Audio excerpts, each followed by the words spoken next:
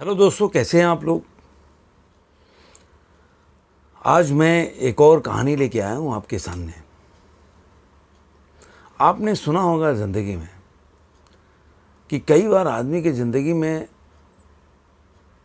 पढ़ा लिखा ज्ञान तो होता है लेकिन व्यवहारिक ज्ञान नहीं होता, और ज़िंदगी को सुगम बनाने के लिए व्यवहारिक ज्ञान की बहुत ज़रूरत होती है। हम कितना भी पढ़ जाएं, लेकिन अगर वो पढ़ाई हमारी व्यवहारिकता में, प्रैक्टिकल लाइफ में नहीं आए तो उसका महत्व वो नहीं रह जाता जो होना चाहिए। आप पढ़ाई किस लिए करते हैं? कोई भी सब्जेक्ट हो, आप बड़े बड़े डिग्री हासिल करते हैं, क्यों? क्योंकि जब आप किसी काम में उतरे हैं या उस सब्जेक्ट से संबंधित, आपके पढ़ाई से संबंधित अगर आप किसी काम में जाते हैं तो वो पढ़ाई आपका काम है। अगर वो पढ़ाई आपके उसमें काम नहीं आ रहा है तो उस पढ़ाई का कोई अर्थ है क्या? आपने इंजीनियरिंग की पढ़ाई की और सपोज कीजिए जब आप इंजीनियरिंग का कोई काम कर रहे हो या ऐसी जगह जॉब मिल गई लेकिन आपकी पढ़ाई वहाँ पे काम नहीं आ रहा है, तो उस पढ़ाई का कोई फ़ायदा है, मूल्य है क्या? कोई भी पढ़ाई किस लिए होती है? हमारी व्यवहारिक ज़िंदगी में हमको मदद करने के लिए होती है। आज की कहानी इसी से संबंधित है। आज मैं ये कहानी सुनाऊंगा, एक छोटी सी कहानी है, लेकिन उसके पहले ये देखिए।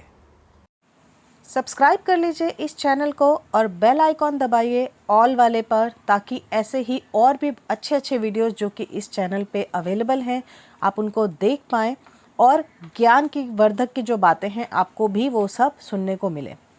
ज़्यादा से ज़्यादा इस वीडियो को या इस चैनल को शेयर करिए। जो भी आपको पसंद आता है उसको लाइक करिए, शेयर करिए अपने फैमिली एंड फ्रेंड्स में, और लाइक के साथ में, शेयरिंग के साथ में कमेंट करना बिल्कुल मत भूलिएगा। आपके कमेंट, रिव्यू बहुत वैल्यूएबल है।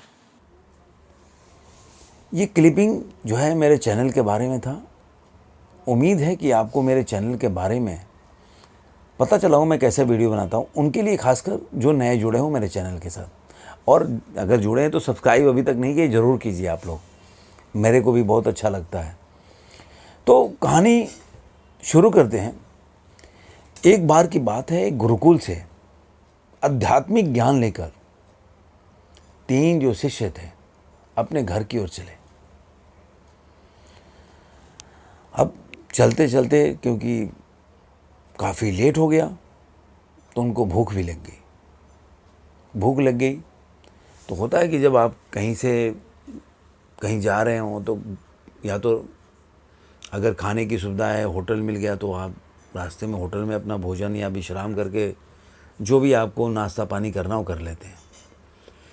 या कई बार ऐसा होता है कि घर से कुछ बनवा के लेके जाते हैं और उसको रास्ते में आप खाते पीते हैं। ऐसे ही वो लोग भी कुछ पोटली में वहाँ से मिल गया था, वो लेके अपने गए। जाते जाते जब उनको भूख लगी, विश्राम किया उन्होंने, और जब पोटली खोला तो देखा कि सिर्फ एक रोटी है।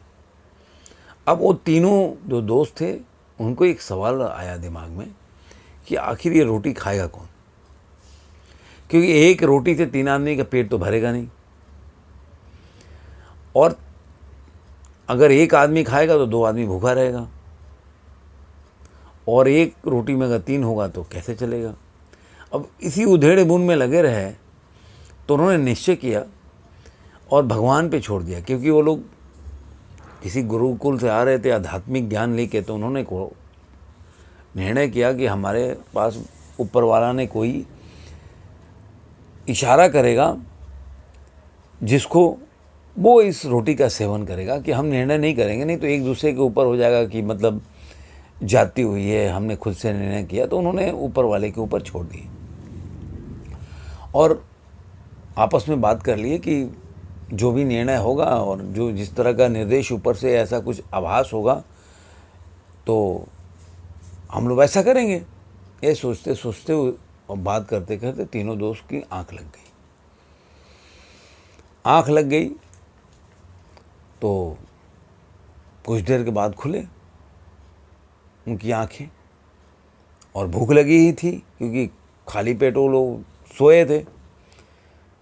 तो उठ गए। तो उन्होंने बोला, उसमें से एक जो दोस्त था उसने बोला कि अरे मैंने एक सपना देखा कि मैं स्वर्ग चला गया हूँ और वहाँ पे भगवान मेरे को पूरा जो वहाँ के स्वर्ग के जो भी घर बाग बगीचा ये सब दिखा रहे हैं देवदूत लोग वहाँ पे। और बहुत अच्छे अच्छे घर थे, रूम थे, कमरे थे, बाग बगीचा इतना अच्छा था, फल फ्रूट सब लगे थे। बहुत मज़ा आया मेरे को देख के। अंत में उन्होंने बोला मेरे को कि मैं तुम्हारे लिए रोटी लाया हूँ, ये रोटी खा लो। तो दूसरा दोस्त बोला, अरे क्या बात कर रहे हो, मैं भी सेम ही सपना देखा एकदम कि मैं भी किसी देवदूत मेरे को स्वर्ग में लेके गए, उन्होंने पूरा घुमाया फिराया मेरे को और इतना ही सुंदर सुंदर बाग बगीचा दिखाया, फल फ्रूट दिखाया। मैं तो बहुत आनंदित हो रहा था। उन्होंने भी मेरे को ऐसे ही एक रोटी दिया खाने के लिए। करे ये कैसे हो सकता है? तो तीसरा दोस्त बैठा था, वो कह रहा कि भाई रोटी तो मैं खा गया। तो उन्होंने बोला, अरे यार तुम कैसे खा गए? हमें तो ऊपर से आदेश मिला था या निर्देश मिला था, लेकिन तुम कैसे खा सकते हो? कह रहा मैं तो मेरी भूख से नींद खुल गई और मुझे भूख लगी और रोटी देखा, मैं खा गया। तो उसने बोला, ये तो गलत बात है, तुमको बोलना तो चाहिए था। तो उसने बोला, मैं आवाज़ तो दे रहा था लेकिन आप लोग स्वर्ग में थे। कहने का क्या मतलब है, हमारी प्रैक्टिकल लाइफ भी एक अलग चीज़ होती है। हम हर चीज़ थ्योरेटिकल मानकर, सैद्धांतिक मानकर चलें तो क्या हमारा जीवन सुगम हो सकता है? हम सही रास्ते पर चल सकते हैं? हमें ज़िंदगी में प्रैक्टिकल रास्ते अपनाने होते हैं। हर चीज़ हम ये मानकर चलें कि जैसे लिखा गया है वैसे ही होगा। ज़िंदगी किताब नहीं होती है, ज़िंदगी ज़िंदगी होती है। आप ज़िंदगी को ज़िंदगी की तरह जिएंगे तो आपके परेशानियों का हल भी निकलेगा और समस्याओं का निदान भी। लेकिन आप हर निदान को अगर पुस्तकों में ढूंढते फिरें, हर निदान को, समाधान को आप सैद्धांतिक रूप से उसका निदान ढूंढें तो आप उसमें सफल नहीं हो पाएंगे। किताबें हमको निर्देश देती हैं, हमें रास्ता दिखाती है, लेकिन रास्ता जीवन लेता है। आपका जीवन जो जीवंत है, आप ये सोचते रहेंगे कि किताब में जो लिखा है वैसे ही करना, नहीं। किताब में केवल भाव होता है, परिस्थितियाँ बनाई होती है। उस परिस्थितियों में आपको निर्णय करना होता है कि किताब से हमें क्या सीख मिलता है। आपको लाइन बाय लाइन नहीं लिखा गया कि आपको इस परिस्थिति में ऐसा कुछ करना है। तो थ्योरेटिकल नॉलेज का जब आप व्यवहारिक ज़िंदगी में उसको लाते हैं, सिद्धांत को, और उसके हिसाब से आकलन करते हैं अपनी समस्याओं का और उसको प्रैक्टिकली करने की कोशिश करते हैं, तब उस किताब और उस किताबी ज्ञान का मतलब है। अन्यथा व्यर्थ ही जाएगा। इसको बोलते हैं ना किताबी कीड़ा। तो किताबी कीड़ा बन के रह जाना है। किताबी जीव बनना है या किताबी कीड़ा, ये आपको डिसाइड करना है। आपकी जीवन को सुगम बनाने के लिए, क्योंकि आप जीवंत हैं, प्रैक्टिकल लाइफ में जिए और किताबों से प्रैक्टिकली ज्ञान लें कि आपको क्या करना चाहिए और आपके लिए क्या सही होगा। धन्यवाद दोस्तों, फिर मिलेंगे किसी नए वीडियो में किसी नई कहानी के साथ।